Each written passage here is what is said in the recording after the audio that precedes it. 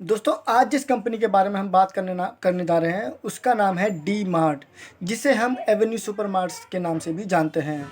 इस कंपनी को शुरू किया था इसके प्रमोटर जो भारत के सुपर इन्वेस्टर कहे जाते हैं, राधा कृष्ण दमानी जी ने। उन्होंने जब ये बिज़नेस शुरू किया उससे पहले वो अलग अलग जगहों पे गए, वो ब्राज़ील गए, वो वेनेजुएला गए, वो यूएस गए। वहाँ पे उन्होंने जाके अलग अलग सुपर चेन्स को देखा, उन्होंने वहाँ पे स्टडी किया। उन्होंने वॉलमार्ट का बिज़नेस भी देखा कि वो वॉलमार्ट कैसे बिज़नेस करता है, उनसे सीखा। वो उन्होंने मॉडल यहाँ पे इम्प्लीमेंट किया।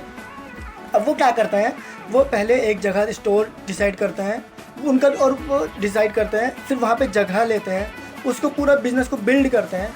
फिर जब वो बिज़नेस प्रॉफिटेबल हो जाता है, फिर वो जाके एक किसी रिमोट एरिया में, किसी गांव या किसी ऐसे एरिया में जहाँ पे जो कि वो किसी मॉल में स्टोर नहीं खोलते हैं क्योंकि वो जगह महंगी पड़ती है। वो क्या करते हैं, किसी गांव में, किसी रिमोट एरिया में जाके स्टोर को ज़मीन खरीदते हैं, वहाँ पे बिज़नेस को बिल्ड करते हैं। फिर जब वहाँ से प्रॉफिट आना शुरू होता है उसके बाद वो जाके दूसरी जगह पे फिर से इम्प्लीमेंट करते हैं। तो होता क्या है मसलन कि उन्होंने एक जगह पे 100 रुपये लगाए, फिर जब वो प्रॉफिट आने लगा 10 रुपये हो गए, तो उन्होंने क्या किया, वो 10 रुपये जो प्रॉफिट आ रहा था उसमें कुछ पैसे और मिलाए और वो 10 जाके उन्होंने दूसरा स्टोर खोल दिया। अब क्या हुआ कि 2 स्टोर हो गए, 10 रुपये वहाँ से आ रहे हैं, 10 रुपये दूसरे स्टोर से आ रहे हैं, अब वो हो गए 20 रुपये। उन्होंने क्या किया, उस 20 रुपये में थोड़ा और पैसा लगाया और उसको तीसरी जगह पर उन्होंने स्टोर बिल्ड किया। तो ऐसे करते करते करते करते उनके 212 स्टोर्स हो चुके हैं पूरे भारत में। हालांकि मोस्टली उनका वेस्ट इंडिया में है बिजनेस, जैसे कि गुजरात और महाराष्ट्र में। थोड़ा बहुत उनके स्टोर्स जो अब एनसीआर दिल्ली के आसपास के एरिया में खुलने लगे हैं। तो वो क्या करते हैं, उन्होंने इसको बिज़नेस को, अब वो क्या हो रहा है कि जितना वो प्रॉफिट उठाते हैं उसी को वो वापस दोबारा इन्वेस्ट कर देते हैं दूसरी जगह पे। इससे क्या हो रहा है कि उनकी प्रॉफिटेबिलिटी बहुत तेज़ी से बढ़ रही है। इसीलिए पिछले 20 साल में डी मार्ट का एक भी स्टोर बंद नहीं हुआ है और उनका प्रॉफिट अब जो है वो 44% कैगार यानी कि CAGR पे बढ़ रहा है।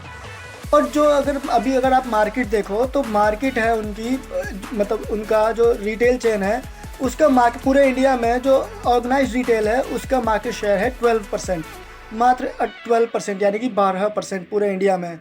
आप देखिए कि रनवे ग्रोथ कितना है, क्योंकि जो बाकी स्टोर्स हैं 88%, उसमें से 3% ऑनलाइन रिटेल है, बाकी जो 85% है वो सिर्फ और सिर्फ मॉम एंड पॉप स्टोर्स यानी कि जो छोटी मोटी किराने की दुकान होती है उनका है। आप देखिए कि इनके पास रनवे ऑफ ग्रोथ कितना है, प्लस ये तो है ही, प्लस जो इंडिया खुद एक ग्रोइंग इकॉनमी है, जो इंडिया का बिजनेस खुद से ग्रो हो रहा है, तो वो जो प्रॉफिट 44% पे ग्रो हो रहा है, आप सोचिए कि वो कितना बढ़ सकता है। उनका शेयर प्राइस इस वक्त लगभग 5,000 या 5500 रुपये के आसपास है।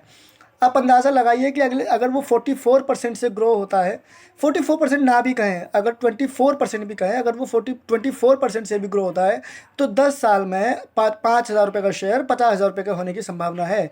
आप अंदाज़ा लगाइए, जब वो 44% से ग्रो होगा तो अगले 15 साल में कोई भी बड़ी बात नहीं है कि वो 1 लाख 1.5 लाख क्या हो सकता है, 5 लाख का भी शेयर प्राइस हो जाए, क्योंकि यहाँ से 100x भी हो सकता है वो 20 साल में। आप इससे अंदाज़ा लगाइए कि कितनी बड़ी अपॉर्चुनिटी है इस बिज़नेस में कि वो कमा सकते हैं इससे। और अगर आप उससे शेयर में इन्वेस्ट करते हैं तो आप उससे कितना पैसा कमा सकते हैं। ज़रा सोचिए दोस्तों, आपको इस कंपनी के बारे में पढ़ना चाहिए, रिसर्च करनी चाहिए, फिर आपको आगे डिसीजन लेना चाहिए, क्योंकि ये कंपनी बहुत अच्छी है, बहुत ही एफिशिएंट मैनेजमेंट है, बहुत ही नीश बिज़नेस में काम करती है, बहुत ही अच्छी प्रॉफिटेबिलिटी पे काम करती है।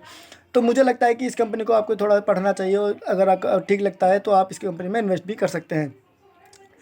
दोस्तों ऐसी ही वीडियोस देखने के लिए वीडियोस को लाइक करें, चैनल को सब्सक्राइब करें और अपने दोस्तों के साथ शेयर करें, ताकि वो भी ऐसा सीख सकें और वो भी थोड़ा इन्फॉर्मेशन ले सकें कि क्या ऐसा हो रहा है।